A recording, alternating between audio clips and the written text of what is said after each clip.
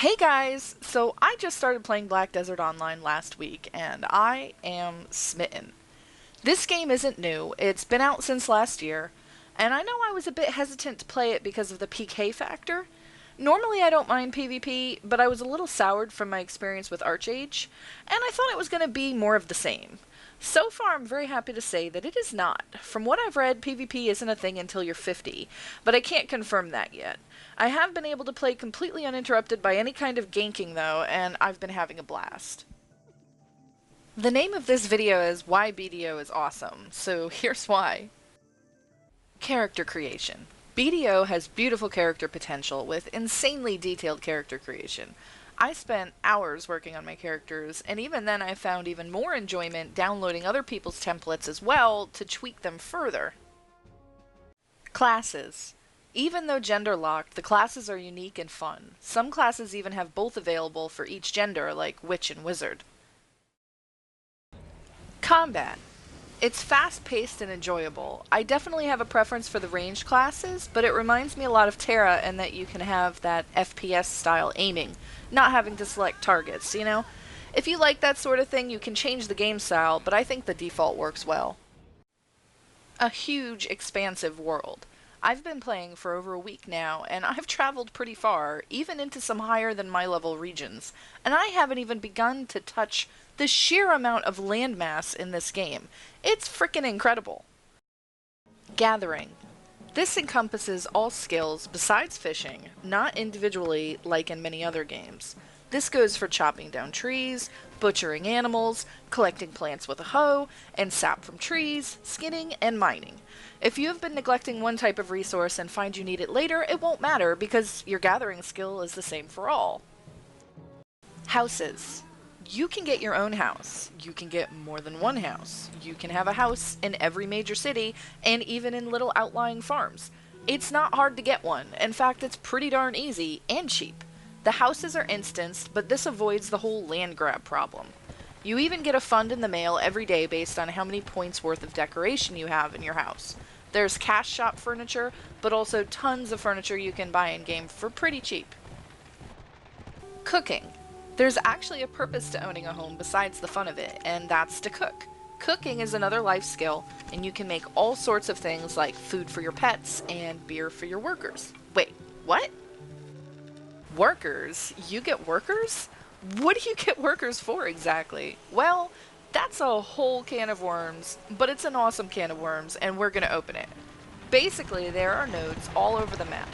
They can all be connected to form trade routes, as well as paths for your workers to go to other towns. Each node can be invested in with contribution points. You might not notice at first, but for most quests there will be a little medal with a certain amount of CP rewarded. Each time it levels up, you get a new point. You can invest these points into nodes, and you want to do that because it's a super easy way to gather materials. There's nodes for grapes, potatoes, timber, ore, herbs, you name it. There's probably a node for it. Once you invest in the node, you can send a worker there to gather for you. They work while you are online, paused while you're offline, and will deposit all of the goods in their hometown storage. They use up stamina as they work and will need to be replenished. That's why cooking is so nice, because you can basically keep them all sustained with a potato farm node and making beer. The workers level up and even improve their quality.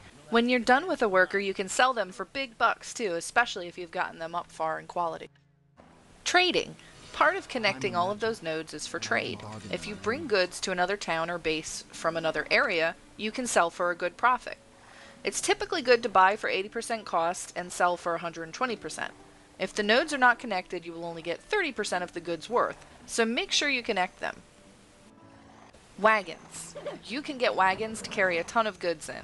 There are cheap ones available from the stable vendor, or you can buy a bigger one from the marketplace. You can also craft them, but likely most new players aren't going to have the resources to do so. Boats. You can have your own boat. That's a feature you don't see too often, and I'm really happy about it. All I have currently is a shitty little raft, but it's still pretty darn amazing going out on the water. There are tons of islands to explore, and even nodes on islands to connect to. I haven't gotten out too far yet as the raft is incredibly slow, and I've heard that there are sea monsters too. I'm working on making a better boat. You can do so by opening up a shipyard in town. Fishing. The fishing on islands is supposed to be pretty good, but you can do it from the mainland too. One of the cool features this game has is auto fishing. I don't think I've ever liked fishing in any game, so I'm very happy about this. If you need some fish, you can just set it up and walk away for 30 minutes or so, and by the time you come back, your fish is caught. Horses. Why have just any old mount when you could have a mount that you can catch yourself, that has skills of its own, that you can level, that you can run races with, that you can engage in mounted combat with, that you can even breed to make more cute little horsey mounts from? I mean, the horse system in this game is amazing, and it has taken up most of my interest. Horses get their own life skill called training. The nice thing about leveling up horses is that you can even set them up on an auto loop and let them go back and forth while you're AFK. Pets. Another cool feature are the pets available from the cash shop. They are sort of pricey, but then again they aren't something you need. They do offer perks like auto looting, but it's nothing you can't live without. Different types of pets have different skills, like dogs that will alert you when a flagged player is nearby, barking. Birds will find elite mobs nearby and mark them for you. Cats will find resources. Penguins increase auto fishing speed, and some of them increase your life experience gained. You need to keep the pet fed, which is another good reason to cook. You can buy cheap food from vendors, but the good feed replenishes a lot more stamina.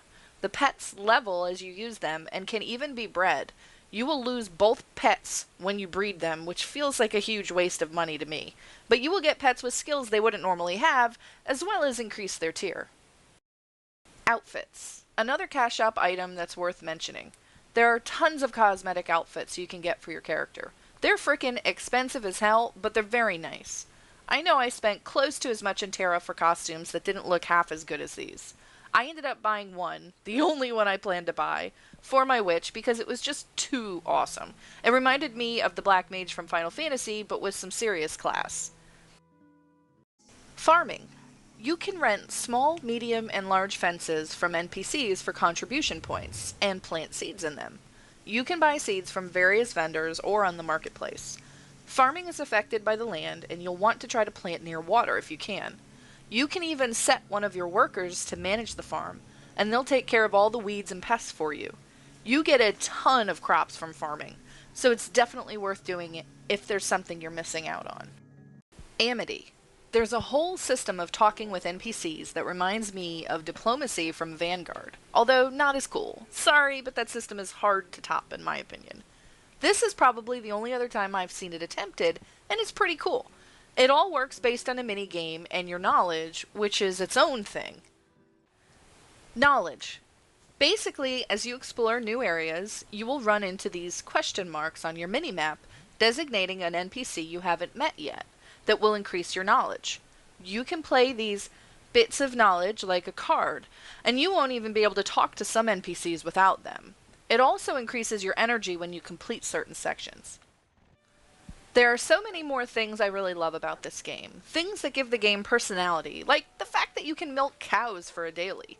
The mini-game is actually 2 udders that you have to click back and forth.